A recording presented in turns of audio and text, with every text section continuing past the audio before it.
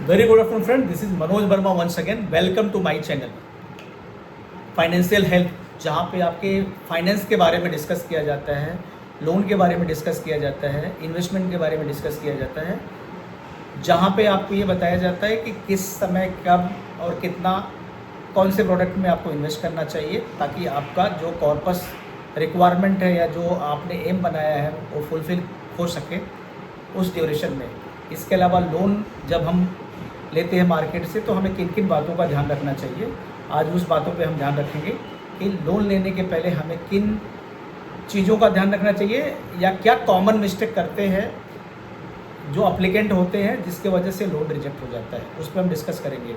ये हमारा personal loan भी हो सकता है, बिजनेस लोन हो सकता है, अनसिक्योर्ड बिजनेस लोन हो सकता है, बाकी जितने भी टाइप के लोन हो सकते हैं, कॉर्पोरेट लोन हो सकता है, सीसीओडी हो सकता है, वर्किंग कैपिटल हो सकता है, मॉर्गेज लोन हो सकता है। ये सारी चीज़ों का हमें ध्यान रखना है और कौन कौन सी चीज़ों को हम ध्यान में अगर रखें तो हमारा लोन रिजेक्ट नहीं होगा या क्या क्या रीजन से लोन रिजेक्ट होता है, ये हम डिस्कस करेंगे आज। तो the reason by which loan application get rejected or loan sanction is not getting done, rather sanction के बाद भी डिसबर्सल नहीं हो पाता है। There is a reason behind that, उसके पीछे रीज़न होता है कि सैंक्शन होने के बावजूद भी डिस्कस नहीं होता। तो सारे चीज़ों का हम अभी डिस्कशन करेंगे। कुछ पॉइंट ऐसे हैं मेजर पॉइंट जो हम डिस्कस करेंगे, वैसे तो बहुत सारे पॉइंट हैं बट मेजर जो फैक्ट पॉइंट होते हैं जिनके बेस पे loan got rejected before sanction and after sanction also, so दोनों चीज़ें हम देखेंगे। सबसे पहले तो लोन रिजेक्शन रीजन, क्या रीजन से लोन रिजेक्ट होता है इसमें। केवाईसी में मेजरली क्या होता है, आपको पैन कार्ड, आधार कार्ड लिंक होना चाहिए और मैच होना चाहिए। पैन कार्ड आधार कार्ड पे आपका जो नेम है, नेम मिसमैच नहीं होना चाहिए।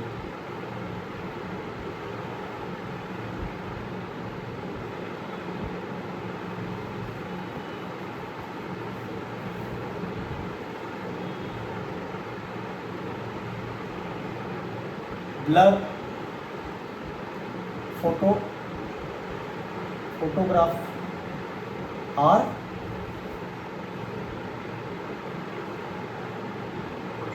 कॉपी टेकन नॉट क्लियर,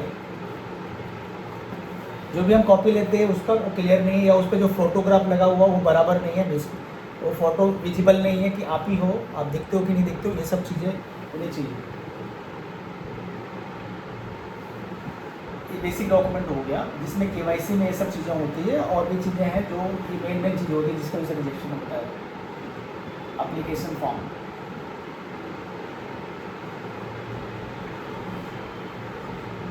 पहला होता एप्लीकेशन फॉर्म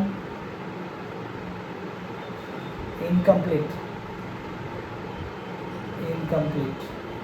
ये आपके साइड से मिस्टेक हो सकती है, बैंकर के साइड से या लेंडर के साइड से मिस्टेक हो सकती है, जो बंदा रिप्रेजेंटेटिव होता है वो भरता है, तो ये इनकम्प्लीट है, इसकी वजह से रिजेक्ट हो रहा है। सिग्नेचर नॉट टैलिंग, ये भी एक रीजन हो सकता है रिजेक्शन का, रिजेक्शन रीजन।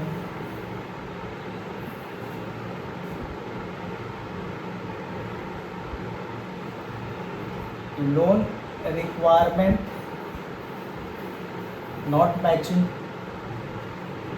मतलब आपको लोन चाहिए 25 लाख, आपने उसमें लिखा है 40 लाख या 30 लाख या आप 10 लाख लिखे हो, लेकिन आप फ़ोन पे जब बात होता तो आप बोलते हो 30 लाख चाहिए, 20 लाख चाहिए। तो ये लोन रिक्वायरमेंट नॉट मैचिंग, जो भी आपने भरा है फॉर्म में, आपने लैंडर ने उसका मैच नहीं हो रहा है। ये छोटा छोटा रीजन है, बता रहा हूँ।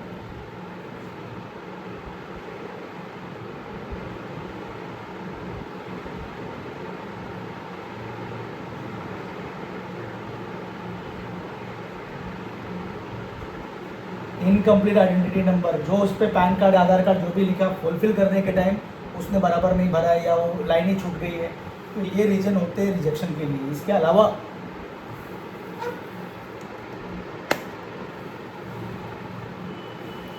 इसके अलावा जो रीजन है वो भी मैं आपको ड्रॉ डाउन कर देगा। पर्सनल लोन के केस में लेट एग्जांपल, पर्सनल लोन के केस में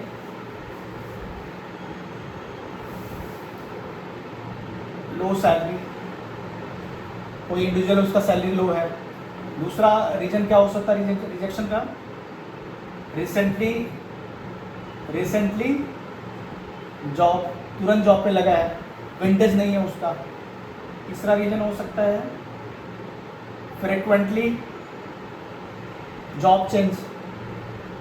बहुत सारी कंपनियां क्या करते हैं कि तुरंत आपने जॉब 2-3 महीने में जॉब चेंज किया है, 6 महीने में जॉब चेंज किया है, तो वो डोंट लाइक, वो बोलते भाई नहीं कर सकते। चौथा है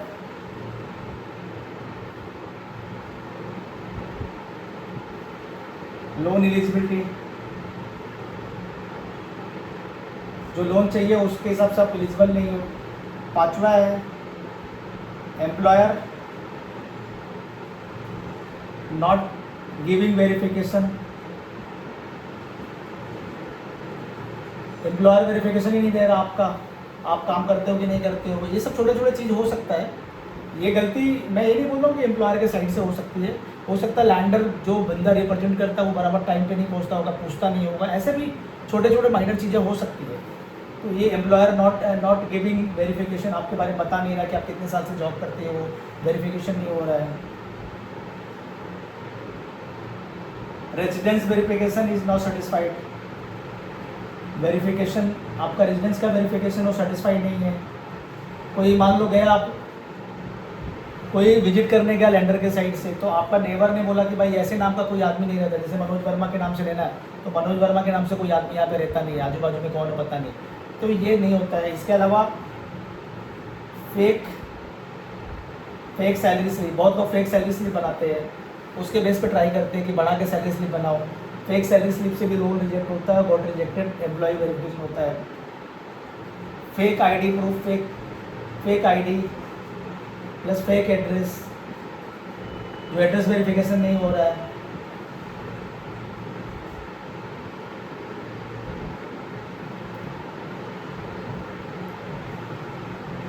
reference given not satisfied by lander, आपने जो रेफरेंस दिया है उसमें बात करने के बाद लैंडर सेटिस्फाई नहीं हो रहा है, क्योंकि जो आपने नाम दिया रेफरेंस के लिए वो लोग आपको जानते ही नहीं है, ऐसा बताया जा रहा है। फ़ोन करने पे लगता है कि भाई ये आदमी कौन है मुझे नहीं पता। तो ये सब चीज़ रीजन होता है कि लोन आपका रिजेक्ट हो सकता है। तो ये सब कॉमन मिस्टेक है जो इनिशियल में लोग लेते हैं, उनको नहीं समझ में आती है, या जो नए बैंकर होते हैं या लैंडर होते हैं उन्हें शायद अप्लीकेशन भरने में या करने में प्रॉब्लम आती है। आज की तारीख में तो टैबलेट से काम हो जाता है, फिर भी बहुत सारी कॉमन मिस्टेक हो जाती है इसके लिए। इसके अलावा अगर बिजनेस लोन है, कॉर्पोरेट लोन, CCR OD है, तो इसके लिए क्या होता है कि आप जो लोन लेते हो मान लिया, तो उसमें क्या होता है आपका जो स्टॉक है, स्टॉक वैल्यू नॉट सेटिस्फाइड, जो आपने स्टॉक दिया है वो सेटिस्फाई नहीं है बैंकर के हिसाब से या लेंडर के हिसाब से, तो भी लोन रिजेक्ट होने का चांस है। दूसरा हायर डेटर एजिंग, डेटर का एजिंग 6 महीने से ऊपर, 1 साल, 2 साल, 365, 400, 300 दिन ऐसा होता है, तो भी लोन रिजेक्ट हो जाता है। ये भी रिजेक्ट का रीजन है। इसके अलावा high working capital demand,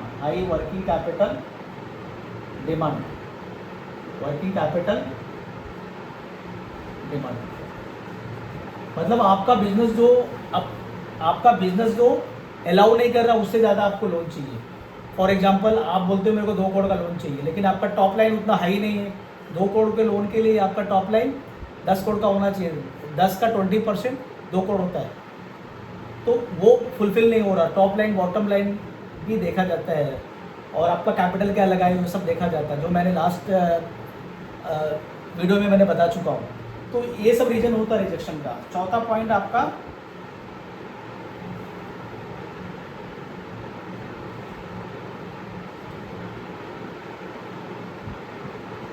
check return और चेक बाउंस इन अकाउंट स्टेटमेंट, अकाउंट स्टेटमेंट आपने वर्किंग कैपिटल लिया, उसमें बहुत सारा चेक आपका रिटर्न और बाउंस हो रहा है, क्योंकि आपने जो ओडीसीसी लिया ओवर लिवरेज कर लिया, आपने ज़्यादा यूटिलाइज कर लिया, जितना चाहिए उससे ज़्यादा आपने पूरा यूटिलाइज कर लिया, उसके बाद भी चेक बाउंस हो रहा है। ये भी रीज़न एक हो सकता है रिजेक्शन का। इसके अलावा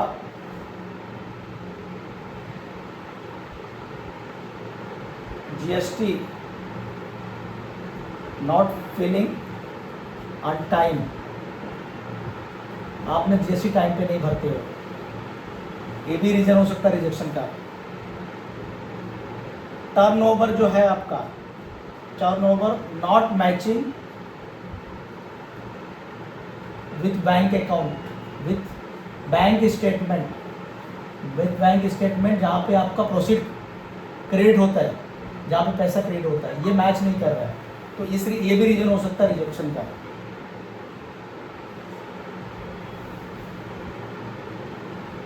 जो ड्राइंग पावर है डीपी,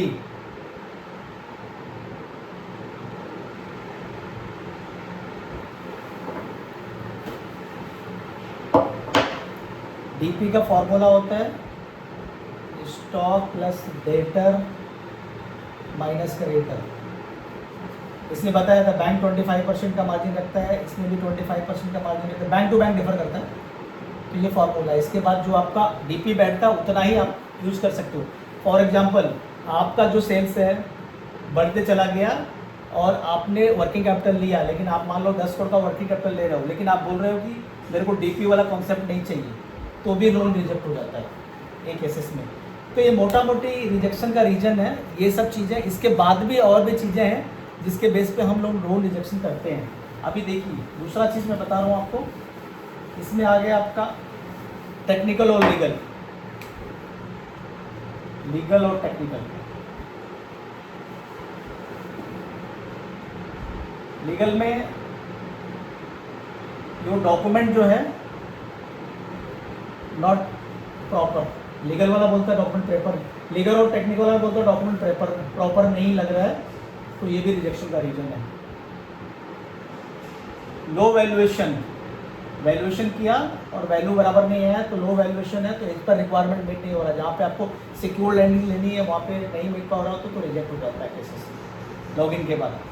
इसके अलावा property issues,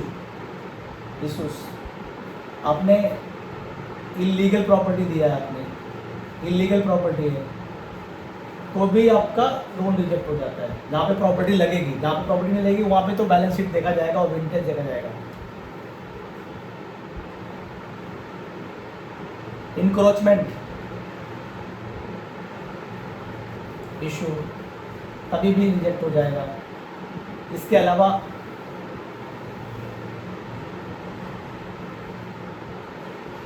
stamp duty not paid,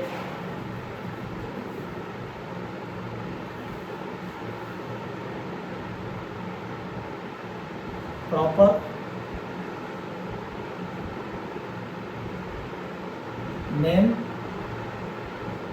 not on title, जो टाइटल है उस पर आपका प्रॉपर नाम नहीं है, ये सब रीजन हो सकते हैं रिजेक्शन के। इसके अलावा और भी बहुत सारे छोटे मोटे रीजन होते हैं।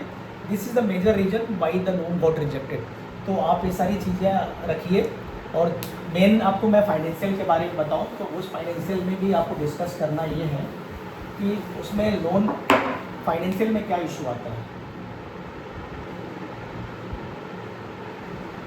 बैलेंस शीट लिया, बैलेंस शीट में क्या होता है, आपका जो टर्नओवर होता है, टर्नओवर आपका इंक्रीजिंग ट्रेंड में होना चाहिए। इस पर बिजनेस स्टैंडर्ड और बिजनेस जो भी प्रॉपर्टी में बिजनेस कर रहे हो।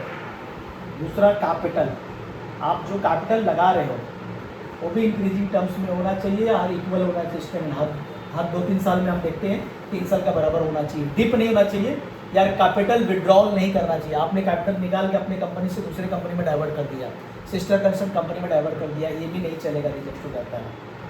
फिर कंटिन्यू लॉसेस, आप कंटिन्यू लॉस बुक कर रहे हो तो लॉस बैलेंस शीट को बैंक फंड नहीं करता, तो ये भी रिजेक्शन का रीजन हो गया।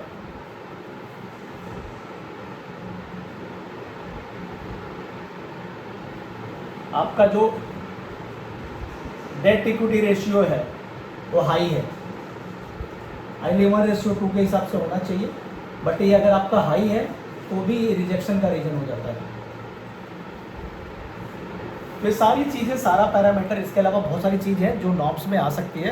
ये सारी चीज़ें आपको माइंड में मैनुअली रख के फिर आपको डिसीजन लेना चाहिए, प्रॉपर पेपर बना के, या प्रॉपरली आप जैसे धंधा करते हो वो सब चीज़ दिखाना चाहिए वाइट में, और ये सब होना चाहिए। इसके अलावा क्या होता है कि आपकी बैलेंस शीट क्लीन होनी चाहिए, आपका बैंक अकाउंट भी क्लीन होना चाहिए, पिछले 6 महीने से 1 साल के अंदर में कोई बाउंसेस नहीं होना चाहिए, चेक बाउंस नहीं होनी चाहिए, उसके अंदर डेबिट क्रेडिट बराबर दिखना चाहिए। जो आप टॉप लाइन दिखा रहे हो, टर्नओवर दिखा रहे हो, मान लिया आपने टर्नओवर दिखाया 100 करोड़ का, आपके बैलेंस, आपके अकाउंट में सिर्फ 50 करोड़ का एंट्री है, 60 करोड़ का एंट्री है, तो बाकी आपने वाइट में, ब्लैक में बिजनेस किया क्या? ये सारी चीज़ें होती है। तो ये छोटा छोटा चीज़ें बहुत मायने रखती है। हमें छोटा लगता है लेकिन बैंकर लैंडर के हिसाब से बड़ा होता है, बिकॉज उनका जो नॉर्म्स होता है उसमें फिट नहीं होता है।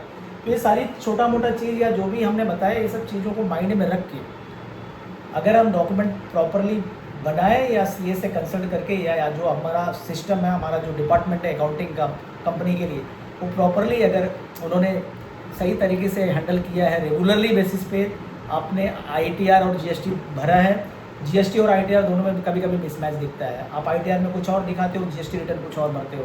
हमेशा बहुत लोग लेट जीएसटी भरते हैं टाइम खत्म होने के बाद। ये सब छोटा छोटा ट्रिगर जो होता है ना, आप भरते तो हो इनकम टैक्स या टैक्स, जीएसटी भरते हो, लेकिन टाइम पे भरना चाहिए। तो ये सारी चीज़ें होती है जो रिजेक्शन का रीज़न होता है, ये काइंडली आपको अवॉइड करना चाहिए। इसके अलावा प्रमोटर का सिविल स्कोर होता है 750 के ऊपर होना चाहिए सिविल स्कोर, या उतना होना चाहिए। Lower the civil score, higher the rate of interest, और rejection charges will be higher. तो ये सारी चीज़ों को मद्देनजर रखते हुए आप ये सब पॉइंट टू पॉइंट आप नोट डाउन कर लो, और ज़रूरत पड़े तो आप मुझे कॉल कर सकते हैं। मेरे को बैंकिंग में काफ़ी एक्सपीरियंस है, उस बेस पे मैं इससे एक चीज़ आपको बता रहा हूँ। और डॉक्यूमेंटेशन के लिए या किसी और एडवाइस के लिए you are most welcome to call me back और गेट माई एडवाइस। और मेरा ये कंटेंट जो मैंने आपको बताया, डॉक्यूमेंट किस किन वजह से आपका डॉक्यूमेंट रिजेक्ट हो जाता है, लोन के लिए जाता है तो फाइल इंडिविजुअल साइड में भी और बिजनेस बैंकिंग के साइड में भी, या और बाकी लोन के लिए, वो सारी चीज़ें पॉइंट टू पॉइंट मैंने इसमें दिया है इस चैनल में। अगर आपको मेरा इन्फॉर्मेशन इन्फॉर्मेटिव लगे, अच्छा लगे, तो please do subscribe my channel and like my channel. Thank you so much.